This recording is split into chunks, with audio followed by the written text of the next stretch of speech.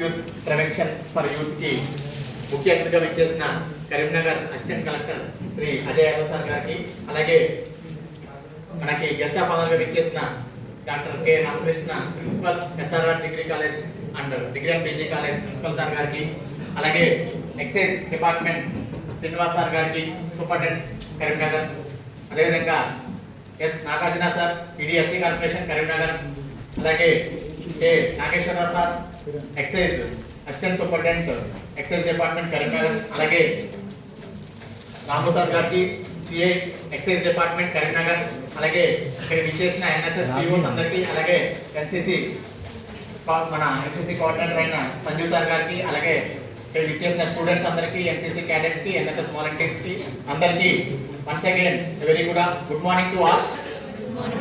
Morning sir. Main గా మనం ఏంటంటే ఈ డ్రగ్స్ మీద ఎందుకు ఇంత మనకి అవేర్నెస్ ఎందుకు అవసరం ఏంటంటే, మెయిన్ గా ఇండియాలో యూత్ పాపులేషన్ చాలా ఎక్కువ. ఎంత పాపులేషన్ ఉందంటే ఇండియాలో 140 crores లో, అవుట్ ఆఫ్ 140 crores పాపులేషన్ లో 45 నుంచి 50 crores మధ్య యూత్ అనే వాళ్ళు ఎక్కువగా మన ఇండియాలో ఉన్నారు. ప్రపంచ దేశాలతో కంపేర్ చేస్తే ఇండియాలో ఉన్న యూత్ పాపులేషన్ చాలా దేశాల పాపులేషన్ కన్నా ఎక్కువ ఉంటుంది. కాబట్టి ఈ యూత్ అంతని కూడా మనం ఇండియాలో ఒక మంచి దారిని వెళ్ళాలంటే, మంచి దారిని వెళ్తేనే మన ఇండియా అనేది ఏంటంటే డెవలపింగ్ నేషన్ నుంచి డెవలప్డ్ నేషన్ గా వెళ్తుంది. కానీ మనం లాస్ట్ ఒక 10 years బ్యాక్ నుంచి చూసుకుంటే మనకి స్టేట్స్ లైక్ పంజాబ్ కానీ, హర్యానా ఇలా మెట్రోపాలిటన్ సిటీస్ లోనే మన డ్రగ్స్ అనే వర్డ్స్ అనేది వింటూ ఉన్నాం.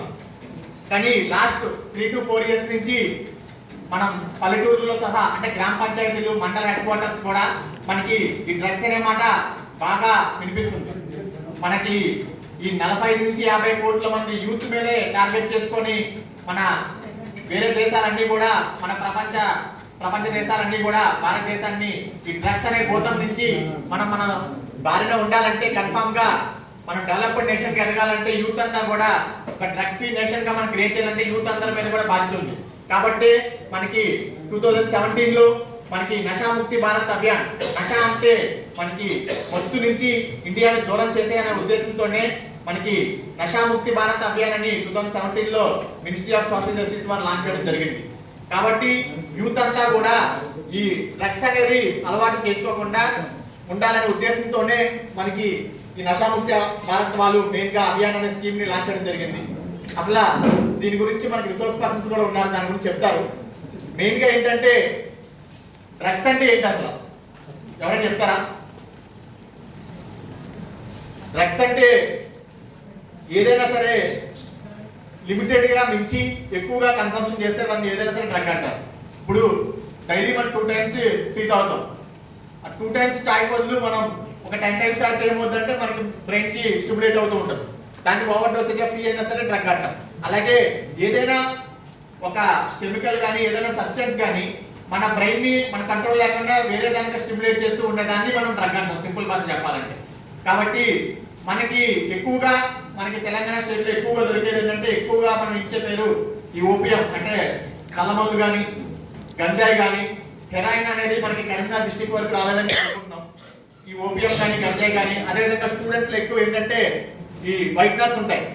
ఈ వైట్నర్స్ ని బాగా ఎడిక్ట్ అయిన వాళ్ళు ఏం చేస్తారంటే, అమౌంట్ అయినప్పుడు ఈ వైట్నర్స్ ని ఒక హ్యాండ్ కర్చీఫ్ లో మొత్తం వేసుకొని స్మెల్ పీలుస్తూ ఉంటారు.